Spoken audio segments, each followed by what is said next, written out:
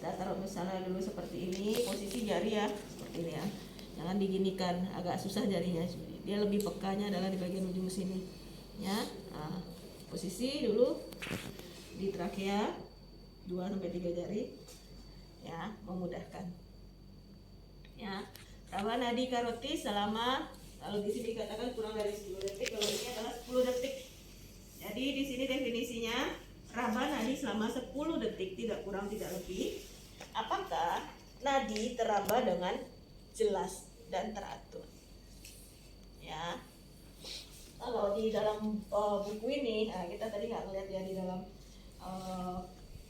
aslinya di algoritma. Yang pertama itu di algoritma ya, verify skin safety ya, keamanan, verifikasi keamanan dari skenario .ppa itu adalah gunakan personal protective equipment. Kemudian limit personel ini terutama kemarin adalah ketika COVID ya. Limit personel itu artinya kalau misalnya kita ramai di situ, jelas jangan berebutin. Yang pertama. Yang kedua, kalau kita ramai pun timnya itu kita batasi aja sampai dengan maksimal 4 orang ya akan membantu. Jadi kalau misalnya kita lagi jalan kebetulan lagi ramai, atau misalnya kayak di sepak bola misalnya seperti itu, tim kesehatan kan banyak dia. Kalau ada 1 orang, dia udah cukup 4 orang saja yang akan membantu dia, gitu ya. Nah, jadi artinya kalau di COVID itu penyebaran infeksi itu sangat dibatasi kan. Nah, jadi memang batasi. Nah, kalau misalnya mau angkat pasiennya lebih banyak diperlukan, oke, silakan akan lebih banyak. Tapi yang akan melakukan tindakan basic ini hanya dibatasi sampai dengan 4 orang. Nanti 4 orang itu yang akan bertukar-tukar seperti itu, ya. Kemudian victim is unresponsive, berarti dicek respons berarti ya. Kemudian shout for nearby help, activate emergency response system (EMS). Kemudian or via mobile device if appropriate. Kemudian get AED dan emergency equipment ya, or send someone to do so. Ya, itu yang tadi adalah di call for help ya. Jadi ada shout, ada activate emergency response system ya, telepon. Kemudian ambil AED dan emergency equipment. Nah, baru masuk kita ke berikutnya. Periksa, ada kalau di sini disebutkan adalah periksa pernapasan dan nadi secara bersamaan. Look for no breathing, jadi tidak ada dia breathing, atau only gasping, atau dia nafasnya tersengal-sengal. Dan cek pulse simultaneously, jadi kita raba nadi, lihat pernapasan dan raba nadi itu adalah secara simultan. Ya, pasiennya tidak bernafas atau gasping, kemudian kita lakukan pemeriksaan nadi. Terus dalam di selanjutnya, is pulse definitely felt within 10 seconds ya. Apakah nadi teraba definitely? Definitely itu secara jelas selama 10 detik. Kenapa? Karena bisa saja nadi muncul kemudian hilang ya, atau nadinya halus terus muncul lagi terus hilang, atau nadinya halus. Jadi di sini memang teraba nadi definitely ya. Nah, artinya apa? Kalau misalnya nadinya teraba dengan jelas, maka kita tidak perlu kompresi. Kalau nadinya teraba putus-putus, tetap kita kompresi. Nadinya teraba halus, tetap kita kompresi. Ya, selama 10 detik. Ya. Nah, kemudian kita akan masuk ke bawah ya, berarti no breathing or only gasping and no pulse. Ya, begin cycles of 30 compression and 2 breath. Ya. Nah, jadi ketika kita sudah selama kita melakukan pemeriksaan sirkulasi dan breathing, kemudian si orang kedua itu menelpon, kemudian setelah kita lihat teraba ini nadi tidak teraba, kita udah siap-siap untuk melakukan kompresi. Si breathing dan airway kalau dia sudah siap menelpon, boleh siap-siap untuk memberikan airway dan breathing. Bukan berarti dia selesai dulu ini baru siap-siap untuk melakukan airway dan breathing ya. Jadi selama itu dia beraktivitas berdua di sendiri-sendiri seperti itu ya, jangan menunggu. Kemudian kita berikan kompresi dengan posisi adalah di tengah dada ya. Tidak ada lagi di sini posisi-posisi yang rumit, yang penghitungan rumit ya. Kalau dulu dari sini ke sini digaris dulu, kemudian teraba nih 2 jari ini taruh sini dan seterusnya ya. Pokoknya dia bilang tengah dada saja ya. tapi tepatnya itu adalah di tengah antara nipa, kemudian di ini adalah coste, sternum, kemudian sternum itu, kalau sternum itu mulai dari sini sampai dengan sini itu kita bagi dua. Nah, posisinya adalah di setengah bawah ya, kalau ada tangannya di situ. Nah, itu kalau mau posisi secara anatomis. Tapi kalau di dalam petunjuk sekarang itu hanya letakkan di tengah-tengah dada. Kenapa beda-beda sedikit? Ternyata tidak terlalu jauh ininya. Lebih apa ya? Kalau di dalam aturannya itu adalah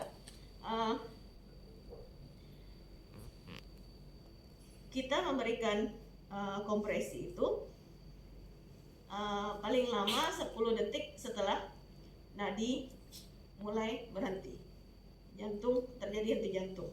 Jadi nggak boleh lama-lama ini. Ya, sehingga akhirnya pasiennya outcome-nya lebih menurun. Nah, gitu ya. Jadi yang jelas kompresi aja cepat ya. Kemudian kita berikan kompresi kita akan bisa membantu si pasien lebih baik. Caranya tangan mana di atas, tangan mana di bawah tidak ada. Ya, yang penting ditumpuk telapak tangan kiri dan kanan. Silakan yang mana nyamannya, kita gunakan pangkal dari telapak tangan. Kemudian baju jangan dibuka, kalau ada kancing mungkin geser aja bajunya sedikit supaya kita tidak terganggu oleh kancing. Kalau sleting seperti ini tidak mengganggu, mungkin kalau kancing nanti kemeja kayak gitu nggak mengganggu. Kalau kancing yang model apa ya, model kancing baju perempuan atau model kancing jas kayak gitu yang agak tebal itu memang suka mengganggu ya. Nah, misalkan di situ tangan mengunci ya, kemudian berikan kompresi dengan bagaimana syarat dari kompresi. Syarat dari kompresi itu di halaman 105 tadi. Jadi dia ada memang dua ya.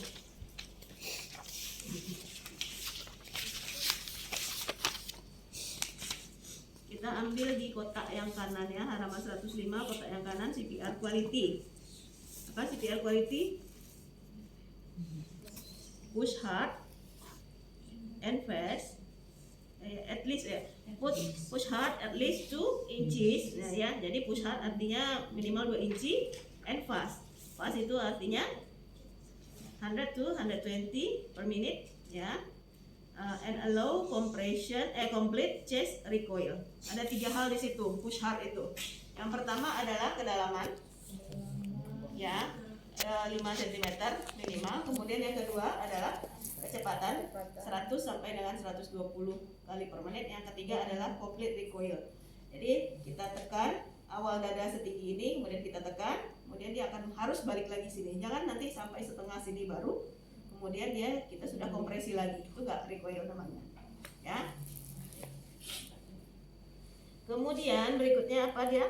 Minimize interruption in compression. Jadi kalau jangan terlalu banyak interupsi ketika kita melakukan kompresi ya. Nggak pula sibuk dengan yang lain, nggak pula yang ini bertanya ini gimana caranya terus kita berhenti pula. Nggak kayak gitu. Kita akan lakukan kompresi dengan minimal interupsi. Berikutnya adalah avoid excessive ventilation. Ventilasi itu sebenarnya secukupnya saja, jadi jangan berlebihan ya. Kemudian change compression every 2 minutes or sooner if fatigue ya. Jadi kompresor, orang yang melakukan kompresi itu digantinya setiap 2 menit atau lebih cepat ya, karena kalau seorang itu udah lelah kompresinya nggak efektif gitu ya. Nah kalau di pasien kan nggak ada lampu ya, kita tahu dia 5 cm atau enggak ya kan kita nggak tahu. Nah kalau dia sudah keletihan, dia merasa letih, itu kemungkinan dia tidak lagi 5 cm dan nggak ada gunanya gitu ya, seperti itu. Kemudian ini if no advanced airway ini udah masuk kepada lanjutan ya. If no advanced airway 30 belum ini masih kita ini ya. If no advanced airway 30:2 compression ventilation ratio. Nah ini masih menjadi satu juga yang dasar ya. Kita kalau misalnya pasiennya hanya tidak menggunakan apa-apa, advanced airway itu adalah EDT ya, EDT ataupun laryngeal mask airway ya. Nah, jika tidak terpasang itu belum terpasang, maka artinya no advance airway, maka kita bisa gunakan 30/2. Jadi 30 kita 2 di ventilasi ya untuk mengurangi interupsi. Sedangkan kalau pasiennya sudah mempergunakan ETT, maka dia sama-sama jalan. Kita jalan, nafas juga jalan ya. Kita jalan 30 kali dengan kecepatan 100 sampai dengan 120 kali. Sedangkan kalau yang nafasnya dia akan jalan 6 detik sekali. Ya, hitungin 6 detik. Kemudian, nah yang baru yang di bawahnya itu adalah yang sudah ini ya, quantitative waveform capnography, itu pakai alat untuk mengevaluasi. Ya, jadi nanti ada alat waveform capnography, kita pakai kayak monitor gitu. Kita lihat PET CO2-nya nilainya berapa. Ya, kemudian juga intraarterial pressure itu juga diukur. Nah itu kita lihat di intraarterial pressure-nya ya. Nah itu jadi kita lakukan RJP, tidak ada lagi, kita lakukan RJP, kompresi boleh dinyalakan. Welcome to use our product. Please choose operation mode. Oke. Saya akan coba beberapa mungkin yang benar dan beberapa yang salah, dan kita akan dengarkan apa komentarnya dia ya.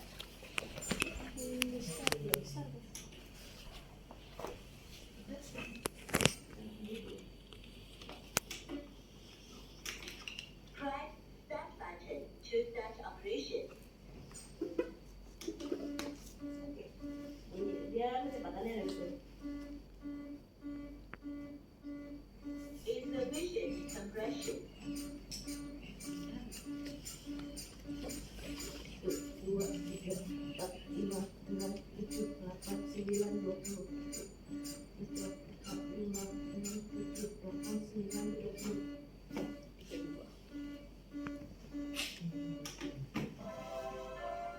Dari yang pertama tadi saya belum pencet, tapi dia ada hitung. Ya, dianggap itu salah.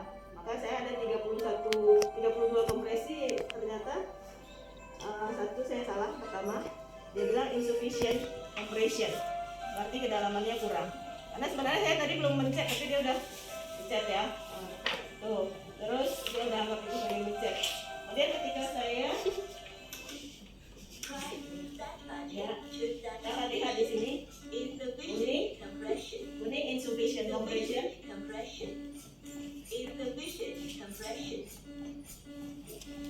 Hijau dia masih kuning. Insufficient compression. Apa dia nggak mau eksesif? Not fully recovered. Excessive compression. Oke, ada yang merah, excessive compression, kedalaman yang terlalu. Kemudian not fully recovered, itu berarti recoilnya tidak maksimal. Ya, karena saya tadi belum dia balik lagi ke atas, saya sudah kembali menekan kembali. Kemudian apa dia bilang? Karena saya taruhnya di sini, ya. Ya, wrong position. Terus kemudian ya, jadi wrong position dia bunyi.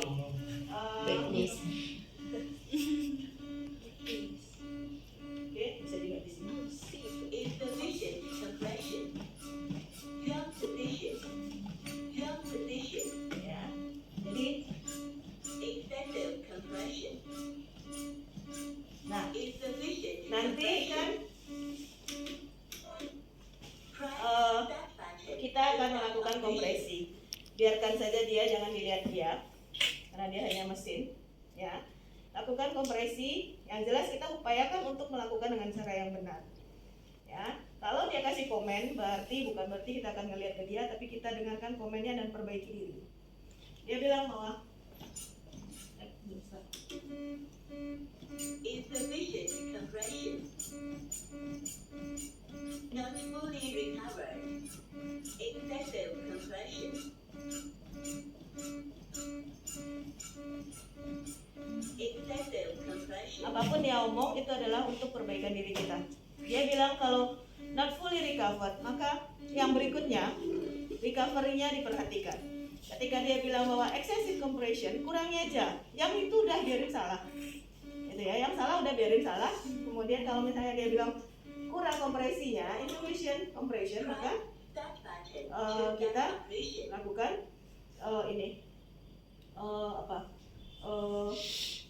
kita kompresinya akan kita lebihkan. Jadi nggak usah melihat ke dia, gitu ya. Dengarkan saja apa dia bilang, lakukan perbaikan setelah itu, ya. Nah, terutama kan untuk ujian juga ya. Jadi tetap hitungannya adalah 30 nanti akan ada yang benar masuknya bagian atas, kemudian yang salah masuknya ke bagian bawah, ya. Kemudian setelah saya lakukan 30, kemudian saya akan lihat ya 28, 29, 30 si airway breathing udah ready belum? Kalau airway breathing nggak ready dia, maka kita akan lanjut lagi 30 ya. Tapi harusnya tentu airway breathing udah ready ya, karena nanti kan kita akan melakukan penilaian. Nah, airway breathing apa kerjanya? Adalah dia karena dia di airway, dia buka jalan nafas ya. Jangan dibuka itu boleh. Yang dibuka itu udah dibuka.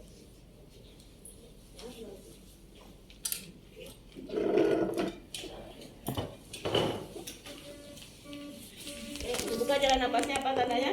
Hijau di bagian trakea ya.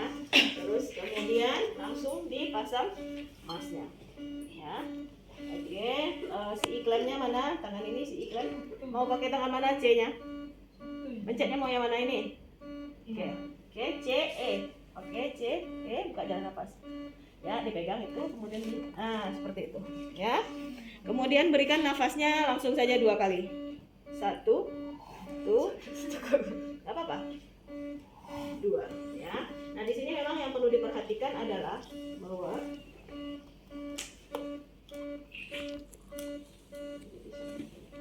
oke, C E klan lagi pegang sini. Nah yang diperhatikan adalah bahwa ini tidak kita ya supaya ini nggak bocor coba ya. Oke, bagus, langsung cepat langsung aja ya. 1 langsung aja. Oke ya. Nah memang di sini di mesin kita ini dia maunya lebih dari 500 ya. Mungkin karena ukurannya adalah ukuran orang luar ya. Kalau di kita sebenarnya cukup 400, maka insufficient pun sebenarnya nggak apa-apa ya. Yang penting dia naik warnanya kuning, atau kita lihat di dadanya bergerak ya. Kemudian bocornya minimal. Nah selama dia kompresi pun sebenarnya kita bisa bantu selama dia ini kan kita 29, 30 ya. Karena bocornya biasanya banyaknya di sini ya. Kita bisa bantu di sini untuk melakukan 2 kali, kemudian kita lanjut lagi 30 lagi ya. 30 kemudian beri 2 kali cepat lagi ya. Tuh, 2 ya. Jadi pertama saya lakukan 30, kemudian 2. Nah, 30, 2. Kemudian 30, 2, 32. Udah 5 kali kan? Setelah 5 kali itu diperkirakan adalah 2 menit. 2 menit itu adalah masanya evaluasi. Apa yang kita evaluasi? Evaluasi nadi dan nafas. Ini nggak boleh dibuka, setelah itu dipasang di pasien ini nggak boleh dibuka, terutama sejak COVID juga memang. Karena kalau dibuka itu udara di pernafasan pasien akan keluar ya. Ini jangan lupa sebenarnya ini dipasangkan ke oksigen. Kalau nggak pasang ke oksigen juga manfaatnya juga nggak banyak ya. Tapi di dalam skenario kita nggak usah pasang oksigen nanti. Jadi ini sekali dibuka, ini tangannya nggak boleh lepas ya. Nah kayak gitu terus ya. Karena pas sekali dibuka dia akan muncrat ke kamu, gitu kan. Nah setelah itu 30 udah 5 siklus, kemudian kita akan raba lagi nadi sambil saya lihat pernafasan ya. Nadinya masih belum teraba selama 10 detik ya, belum teraba dengan jelas. Kemudian pernafasannya masih gasping, kita lanjut lagi 32 sampai dengan 5 siklus ya. Kalau nggak sanggup ganti, kemudian yang supaya ini nggak terlepas saya akan di sini ya. Kemudian yang satunya adalah berputar ke arah belakang saya ya. Jadi ini nggak boleh dilepaskan. Maka saya akan ganti sini, saya akan berpindah posisinya sini, terus ganti ke sini ya. Nah terus kemudian udah 2 menit lagi nih ceritanya, udah 2 menit. Saya evaluasi lagi. Teraba nadi tidak teraba jelas